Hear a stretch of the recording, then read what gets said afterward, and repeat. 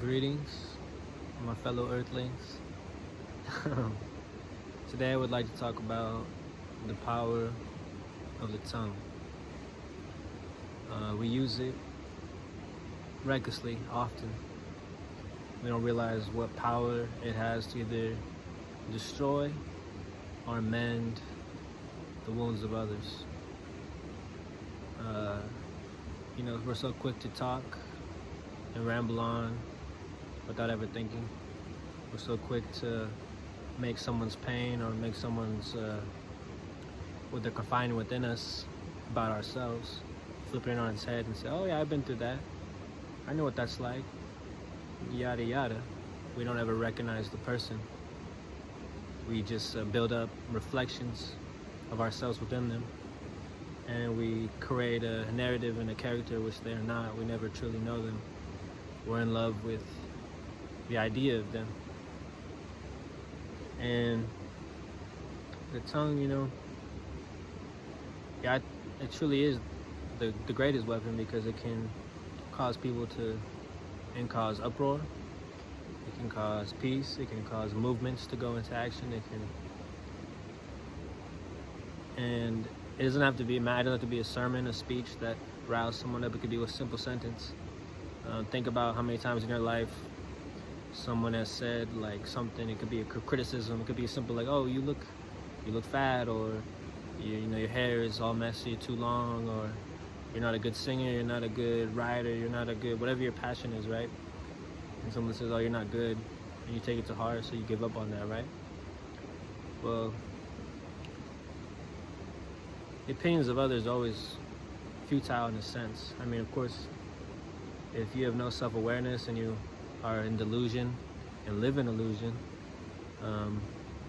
you're never going to know your true self. But if someone's critiquing you for being yourselves, and just hold your peace and go about your day, because they always think that you could cure cancer, you could cure every disease known to man, you could end poverty and hunger, and still someone would type on the internet or send you a letter, message, whatever, to say like, I hate you, I hope you die.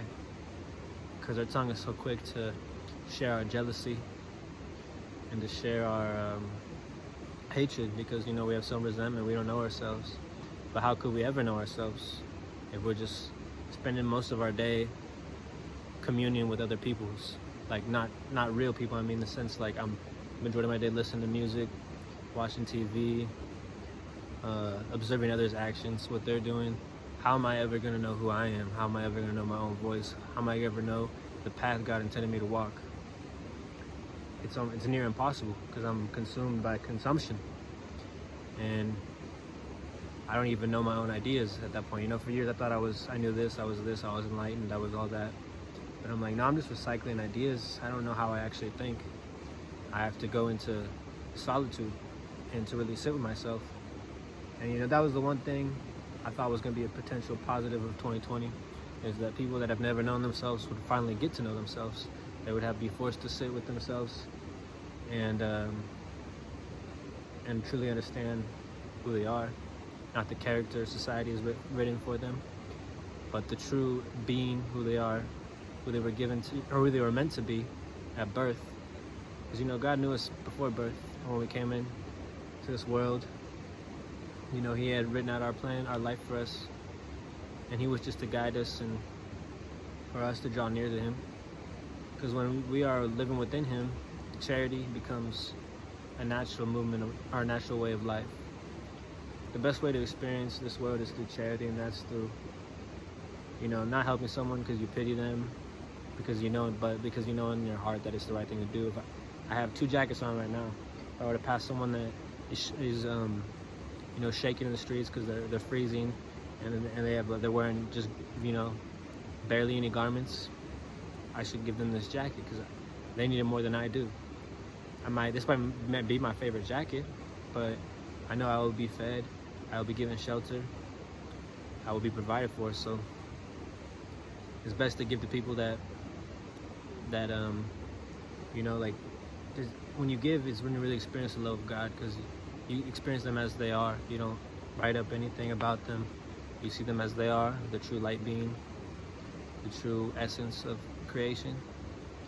And it's just, humanity is meant to interact with one another. We are meant to unite within the body of Christ and to be walking in his light and sharing that love. For without it, we are nothing. And truly this existence is futile. We spend so much time doing things that are just going to bring us negative attributes, bring us negative habits, and lead to our downfall. Because when you rely solely on yourself to when you make yourself God in this world, some people like to say that the universe controls their every move, and that's okay, because they're in love with the greatest, one of God's greatest creations.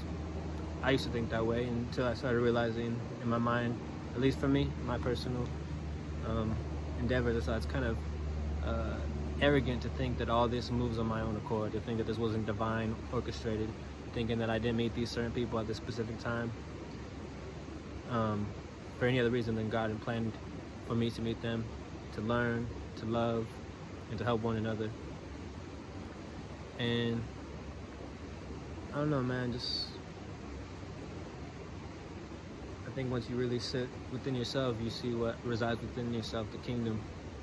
And it's just a peace that I could go on and on for hours, and I wouldn't be able to explain to you accurately. It's just when you know just how much you are loved and how much love can mend all wounds and has no barriers, it's a beautiful thing. So I just want to talk about that today. It was on my heart, because I've been sitting in silence for these last few days, and that's a new thing, because we're so quick to to express ourselves. And sometimes we have the greatest intentions. We just want to talk about our days, our talents, our habits, our interests, and share with people to feel recognized, to feel loved. But there is someone watching over you right now who always loves you as you are, even when you fall into transgressions. And there's angels all around us. It's just a beautiful thing to be on this earth, and you can make the most of it by your perception. As God said, make your eye one and filled with light. You can judge a man's eye or a woman's eye by their eye. If it expels light, or if it shines forth with light like a lighthouse, it is pure. If it casts out darkness, it is of opposition, someone you don't want to entertain. You still want to love them, and hopefully they will be transformed and choose a different path, but you don't want to be around that negativity. Anyway, so I was gonna say is think about how much you consume, how much you put in your body, how much you put out. It can either be your salvation or your damnation. And I just think how many times, think about how many times you've gossiped, how many times how many hours have gone into gossiping or speaking as someone else, reiterating facts and reiterating state of minds of other people, and just how many times you've consumed other people's speech and try to be like them rather than like yourself. Because they crucify an individual. Christ is the perfect example of that. They crucified him for being boldly himself. So you are meant to be yourself and not be a carbon copy of anyone else. Love yours. It's your life, and you make the most of it. And just remember the blessings that surround you and the blessings in your life. So many things are taken for granted. Me being out here in nature, this one day will dissolve. The water I've been drinking all day. Some people don't have clean water, My family that loves me. Some people don't have family that loves them. They're in broken homes, and the friends that are positive in my life. I think it's good to recall those blessings, especially in these times of uncertainty. We survived the year, the question mark, and now with new possibilities, new things on the horizon. Stay true to yourself. Seek the Lord in all you do, and your steps will never be misguided. Peace.